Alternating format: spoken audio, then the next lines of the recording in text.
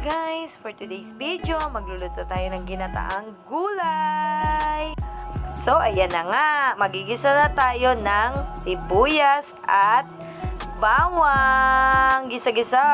O, pag okay na yung sibuyas, ilalagay mo naman yung bawang for the gisa na ang person. Inuuna ko nga pala yung sibuyas. Wala lang, trip ko lang. Lalagay ko na ngayon yung gulay.